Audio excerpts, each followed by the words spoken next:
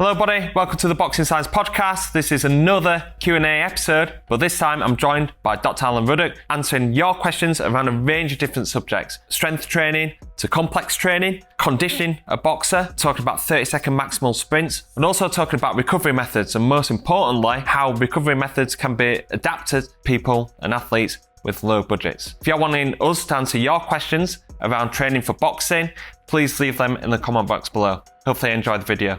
At what stage should I do strength training, and what stage should I start building explosive strength training and power? So this is a question that we receive quite often at Boxing Science in many different formats around how to program strength and conditioning over 8, 10 or 12 week block.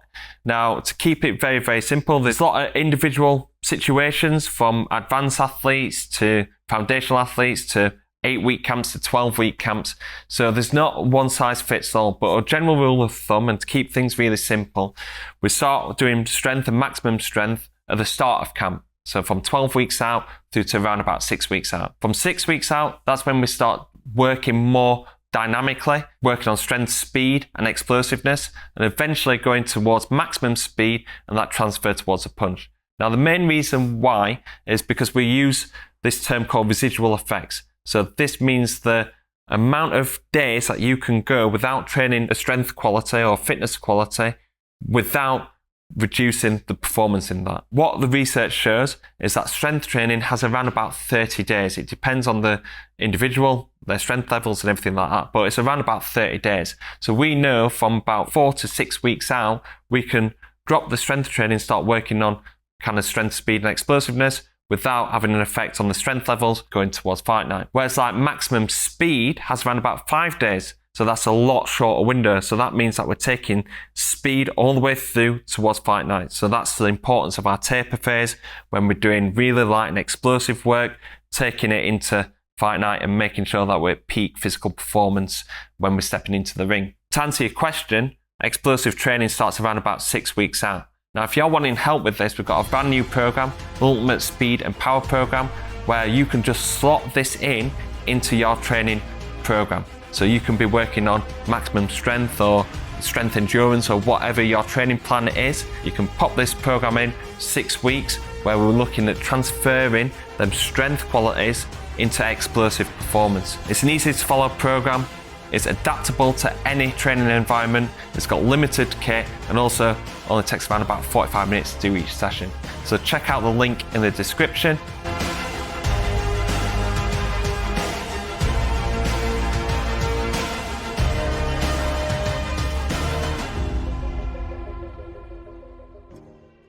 This question is around contrast and complex training. At which point in a 10-week fight camp would you look to implement contrast or complex training? Now, this is a fantastic transition from the last question when talking about when we'd put in explosive training into a 10-week or 12-week program. Now, with complex or contrast training, this is fantastic for athletes that maybe need to work on their maximum strength and keep topping up them levels, but also want to work on their strength speed at the right time. So with complex training, allows us to work on max strength and maximum force outputs later on in the training camp. So you'd look to start this around about 7 or 6 weeks out from fight night. You can even finish this around about 2 or 3 weeks out from fight night. So it's allowing you to take the maximum strength training in the strength speed format later on into the camp. So that's where you'd place it within a training camp. Whether you want to do it up to 2 weeks before you fight or 4 weeks before you fight, it's totally up to you. But what I would say is that you need to change your exercise selection depending on where you're stopping the training block.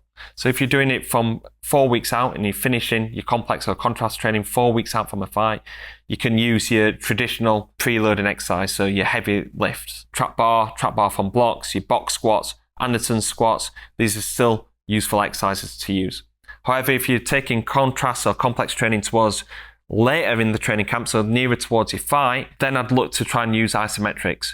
So stuff like the trap bar in a split stance, or doing like isometric hip thrusts, pairing this up with a box jump or counter movement jump. Even though these are heavy lifts and doing it for a short amount of reps, it's still got high neuromuscular outputs, neuromuscular fatigue that's associated with that. But also you've got eccentric loading, can end up leaving an athlete quite sore especially in the vital parts of training camp where they're going to have intense sparring and increase boxing training loads. You might not get the maximum output required on your maximum strength lifts because they're on a reduced calories, so they've got increased energy deficit. Their performance on the strength lifts will be reduced, but also the rest that they need from them heavy lifts will be increased as well. So that might affect the potentiating factors going into the jump. So it'll make this training phase less effective.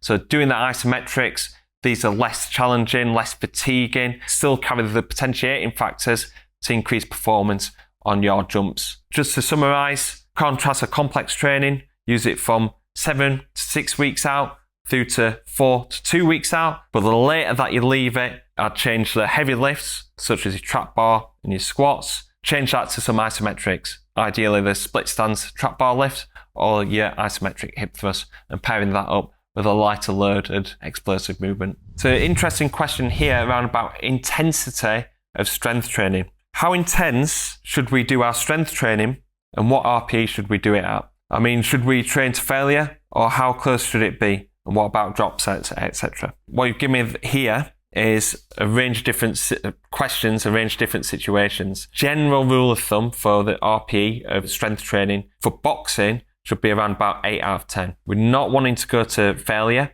every single time because we're wanting to leave reps in the tank. With strength training, we want the adaptations, but we're not wanting the fatigue that's associated with that. We recognize at Boxing Science that strength training is really important, but also the list of priorities is behind boxing training, sparring, pad work, also your conditioning as well.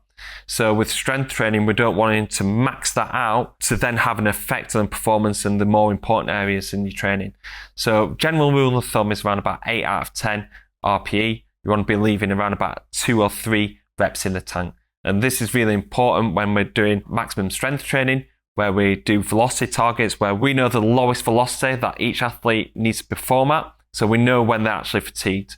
And we're also looking at velocity drop-off as well. So we're not wanting anything more than 10 or 15% velocity drop-off. We know that they're getting quite fatigued from this. But if you don't have access to velocity-based training device, you can just use RPE as an example. So 8 out of 10 is perfect. I also asked the question around about drop sets.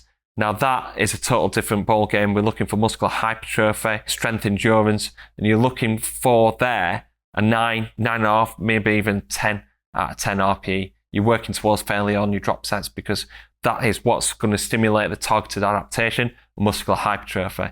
So RPE is a fantastic tool to use, but you just got to make sure that it's applicable to each exercise. Rule of thumb is around about 8 out of 10 for your strength training. When you drop to more explosive training, looking around about 5 or 6 out of 10. But if you're looking for muscular hypertrophy adaptations, looking for around about a 9 or 10 out of 10 effort. Question around ankle strengthening and mobility drills for boxing. We attack this in a few different ways. We look to mobilize, stabilize, and strengthen. On mobilizing, we're looking to increase that range of motion of the ankle. So you're looking for like that knee going over toe with the heel planted. And a range of different ways that you can do this. You can do it on the floor, kneeling, pushing that knee over the standing foot. You can do this banded floss, so going around the ankle and really working that range. For stability, looking at low intensity plyometrics, low pogos, single leg pogo switches, and also we're looking at like slaloms as well. This is building up the reactive element around the foot complex that can protect the ankles and also the Achilles tendon as well. And then to strengthen, we're looking at isometrics mainly. So we can do like low level isometrics, which is around about 10, 20 second holds, which is purely body weight. And this will strengthen the calf muscles, which will help protect the ankle complex and the Achilles tendon. But mainly what we do at Boxing Science is we use isometrics, overcoming isometrics, where we're pushing against an immovable object, and we'll do either double leg, or single leg switches. We also use a weighing scale, which gives us some feedback on the amount of force that an athlete can produce. And we found that people with the stronger calf complexes can produce most amount of force there, and that will really protect that foot complex, ankle complex, and also the Achilles tendon from injury. But will also help increase performance around reactive strength and your plyometrics as well. So I've got a fantastic question here. how to build rotational power for boxing. This is a fantastic question. It's a very, very important area because rotational power does have a huge transfer towards punching power. A lot of boxers, athletes, and coaches all can recognize the benefits. That's why they look to try and do rotational med ball throws, rotational med ball slams. But the biggest mistake is that athletes and coaches look to try and do this first because this has the biggest transfer towards the punch and looks more like explosive performance. However, due to mobility issues and strength issues, boxers should work on the foundations first before moving on to these powerful and explosive exercises. The foundations are mobility, stability, and strength. So we'll look at mobility first. So we're looking at improving the mobility of the thoracic region of the spine, which is your upper back. A lot of boxers get tight in here because they're tight in their shoulders, and it's a very arm-dominant sport, anterior-dominant sport. So they get tight in the thoracic spine, which will affect their thoracic rotation, which means that they'll start compensating through that rotation through either side bending or kind of extension of the spine. And this makes the back muscles quite tight, in particular the QL muscle, the quadratus lumborum, and this affects rotational performance. So with this, we look to try and focus on improving that thoracic rotation and also upper body and lower body separation, which is keeping the legs stable whilst improving that upper body rotation. We look to also improve rotational stability. This is anti-rotation. So we're resisting rotation. Basically, we're performing the core movements that require very little or no rotation of the spine. This is where we're doing pull-off presses, isometric pull-off presses, and a range of different rotational exercises that are keeping that resistance fixed all the way through. This is really important to transfer towards rotational performance because we need that stiffness to control the eccentric loading going through the stretch shortening cycle when we're performing powerful rotational movements. And then before we move on to rotational power, we transfer that stability into strength, where we're working rotational strength through a range of motion. This is still anti-rotation because we're still controlling that rotation, but we're going through a range of motion. And we're particularly concentrating on the eccentric portion of this because, like I said, the eccentric is important to control them forces during the stretch shortening cycle to then reproduce force into powerful rotational performance. And this should give you the right foundations in terms of strength and stability, but also the mobility in there to make sure that you've got the right activation patterns to get the most out of your rotational power exercises. Then when you're doing your rotational power exercises, you need to make sure that you're going towards the 4 different elements that we're wanting to do. Wanting to overload the eccentric. So making sure that we're providing enough force going into that med ball throw to overload that eccentric to then reproduce power through that stretch shortening cycle. We need to make sure that we're pivoting and not leaning. A key mistake that we see boxers do when they're looking to try and produce force, they're leaning into that movement.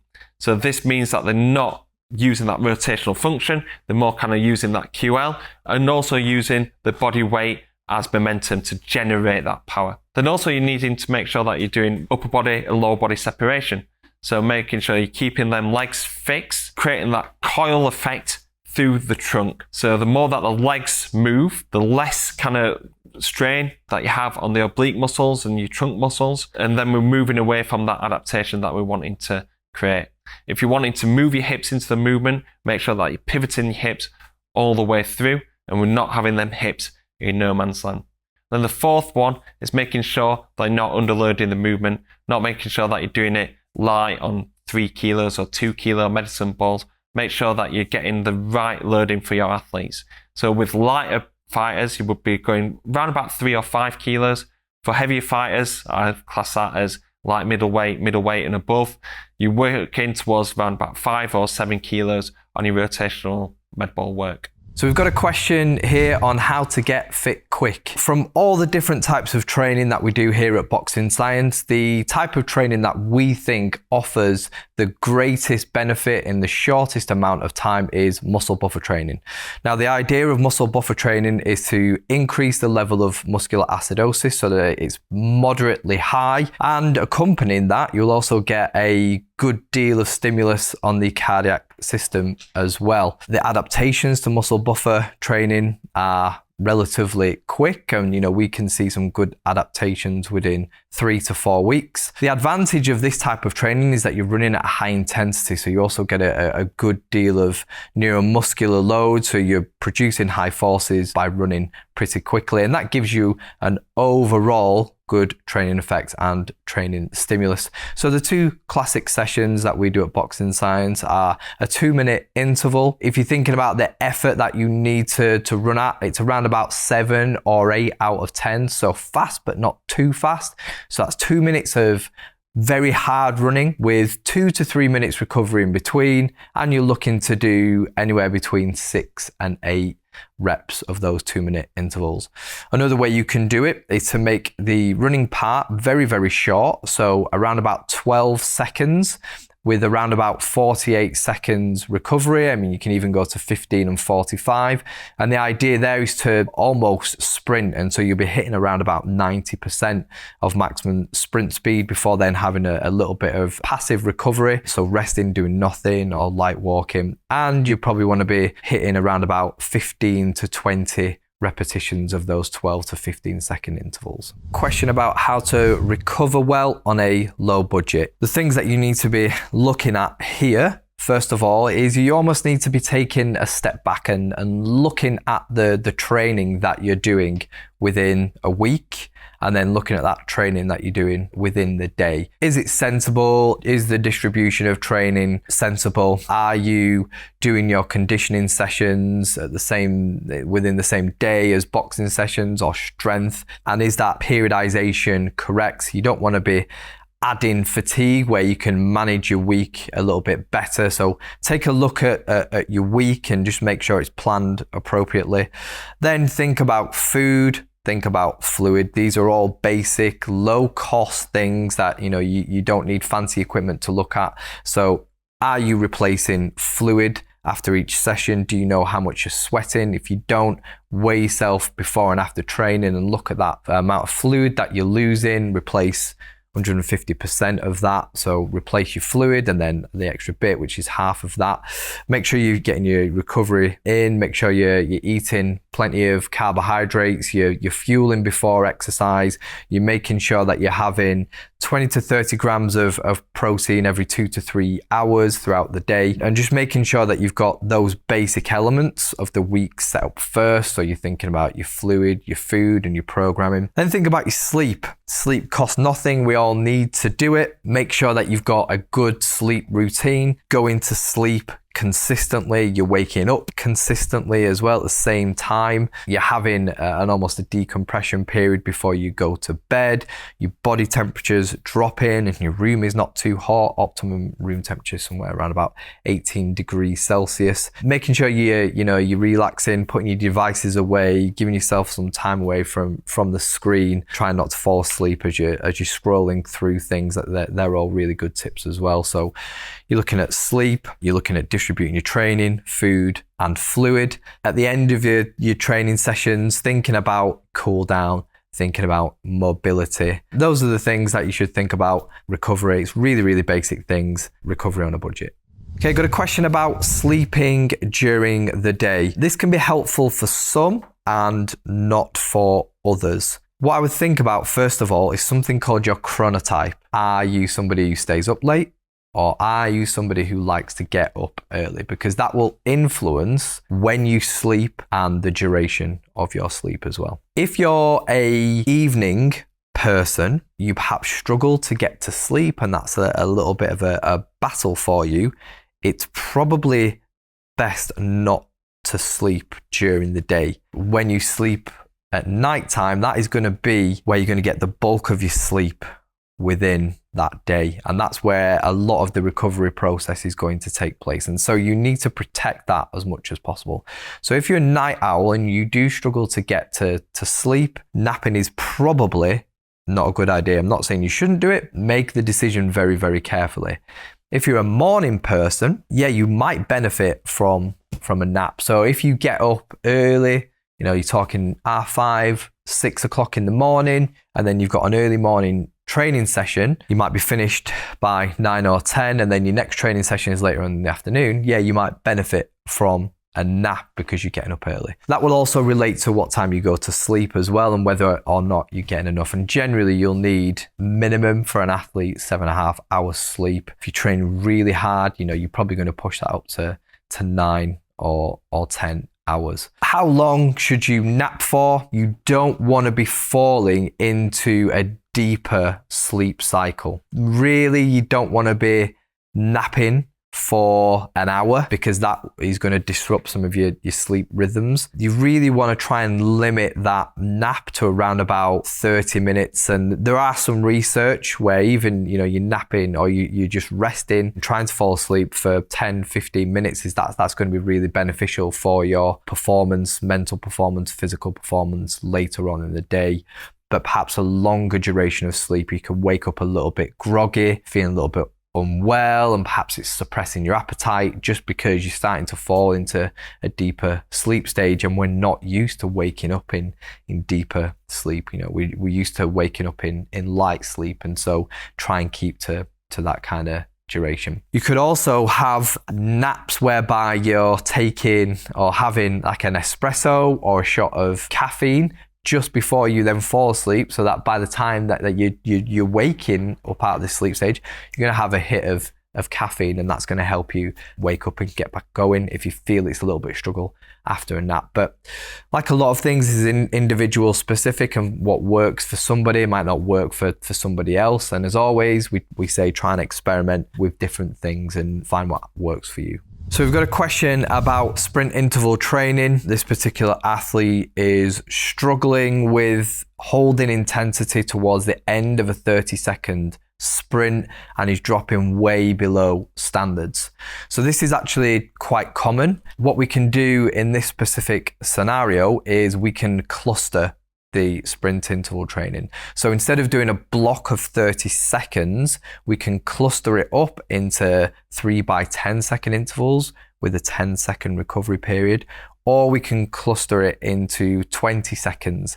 So we can have a 20 seconds on, 20 seconds off, and 20 seconds on. Do that for a training phase and then revisit it towards the end of the training phase. So we might do a block, a week of 10 seconds, a week of 20 seconds. So we're talking about around about 6 sessions or so there, and then revisit the 30-second intervals and just see if that power has been maintained towards the end of the interval. The advantage of clustering is that you're still going to get a similar physiological response, and you're still going to get those adaptive signals that will help your fitness, but it just helps you to maintain that neuromuscular output, and that just has a beneficial effect on the things that are actually limiting physiology, which is force production in this particular case. So it just helps to preserve force and power, and then we can go and really stress that in a 30-second interval a few sessions later. So we've got a question about how to condition a heavyweight. So there are a few things that we've got to consider regarding conditioning for heavyweights. The first thing is their body mass. These are really big guys, a lot of forces going through and a lot of impact forces as well, especially when they're running. So we've got to think about the mode of exercise and choose this carefully. We use the air bike a lot for heavyweights because we can get that whole body activation with a limited load. So we're protecting joints and ligaments and tendons from those high forces that we would have to expose them to if we were performing high intensity training with them on the road or on the treadmill and even on the curve. So the mode that we use is the air bike. Heavyweights also produce a lot of force, and accompanying that a lot of force is muscular acidosis. So heavyweights have got to be able to buffer that acidosis. So we need to have a focus on muscle buffer training to shuttle out the hydrogen ions that are causing acidosis. That's the principal cause. And so muscle buffer training will help us to do this. And then we need to ensure that the heavyweights are able to produce force and power over prolonged time periods, over 30-second efforts. And in order to help them prepare to do that, we'll use various forms of sprint interval training, 30-second sprint interval training, and clustered forms as that to accompany the muscle buffer training. So it's all very high intensity, very high force, but respecting the impact forces and using the air bike to do that. Okay guys, thank you very much for watching or listening to the Boxing Science podcast. Really appreciate your support and the questions asked on this podcast. If you've got any more questions that you want us to cover in the next Q&A episode, leave it in the comment box below. And then if you have any suggestions or reviews or feedback about the podcast, leave that in the comment box or the review section on Apple or Spotify. Last but not least, if you can hit the like button or give us a rating, that'd be much appreciated. Putting a lot of time into delivering this content for you, so a little bit of feedback for us will help the podcast and the YouTube channel grow, and we can do way more content. Hopefully soon we're going to have a studio, so we're going to have guests coming in doing way more quality content. So thank you very much for watching and listening. Hopefully see you on the next episode of the Boxing Science podcast.